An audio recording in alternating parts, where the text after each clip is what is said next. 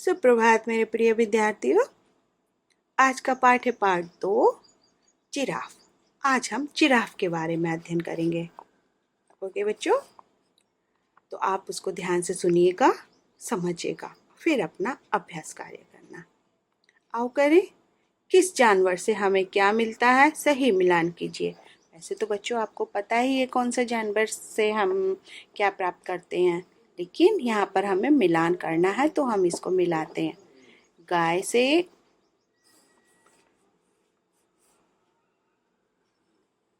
से हमें दूध मिलता है, भेड़ से हमें ऊन मिलती है और मुर्गी से हमें अंडे मिलते हैं। आगे बढ़ते हैं। पाठ को पढ़ने से पहले हम इसके शब्दार्थ पढ़ते हैं। कठिनाई, मुश्किल। आक्रमण, हमला। डग, कदम। शत्रु, दुश्मन। जबड़ा, मुंह में नीचे ऊपर की हड्डी जिसमें दांत जड़े होते हैं। देखिए अपना अपना मुंह देखिए, जो दांत हमारे मुंह में है उस हिस्से को हम जबड़ा बोलते हैं। राष्ट्रीय, राष्ट्र यानी देश का। आओ पढ़ें। बच्चों, क्या आपने चिड़ियाघर में जिराफ देखा है? नहीं देखा? चलो कोई बात नहीं, आज हम बताते हैं आपको इस अनोखे जानवर के बारे में। जिराफ संसार का सबसे ऊंचा जानवर है। अफ्रीका के जंगलों में यह खूब देखने को मिलता है। इसके शरीर पर भूरे चौकोर धब्बे होते हैं। इसकी गर्दन और पैर बहुत लंबे होते हैं। इसकी ऊंचाई 6-7 मीटर तक होती है। यह अधिकतर ऐसे स्थानों पर रहता है जहां ऊंचे और लंबे पेड़ होते हैं। ऊंचे पेड़ों की पत्तियां तोड़कर खाने में इसे सुविधा होती है। देखा बच्चों, ये आपने जिराफ देखा, जिराफ की गर्दन लंबी होती है, इसीलिए यह ऐसे स्थानों में रहना पसंद करता है जहां पर ऊंचे ऊंचे पेड़ होते हैं जिनकी पत्तियां तोड़कर ये आसानी से खा सके। जिराफ एक सीधा साधा जानवर है। यह जंगलों में झुंड बनाकर रहता है। अफ्रीका के जंगलों में जिराफ के झुंड घूमते दिखाई देते हैं। यह जानवर बहुत सीधा और सरल स्वभाव का है। यह झुंड में रहता है और ज़्यादातर यह अफ्रीका के जंगलों में दिखाई देते हैं। चिड़ियाघर में जिराफों के लिए एक बड़ा बाड़ा बना दिया जाता है जहाँ ये मुंह ऊंचा करके घूमते रहते हैं। चिड़ियाघर में तो शायद ही कभी किसी ने इनकी आवाज़ सुनी हुई।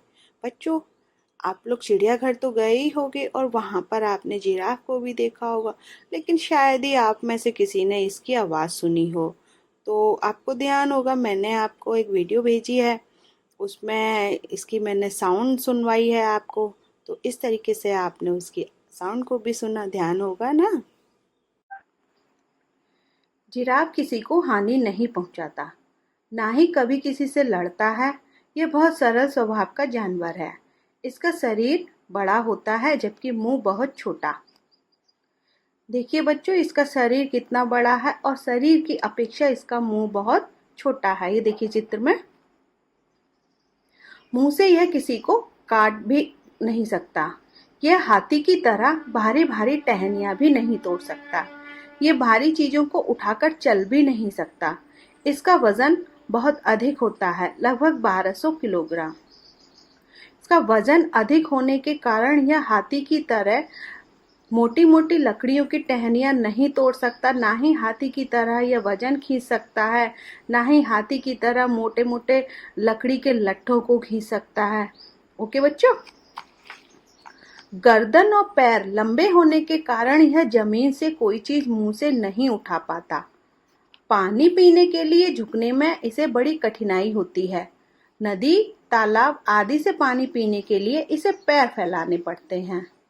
तो ऊंचे होने के कारण यह जमीन से कोई चीज नहीं उठा पाता है, इसे बहुत कठिनाई होती है।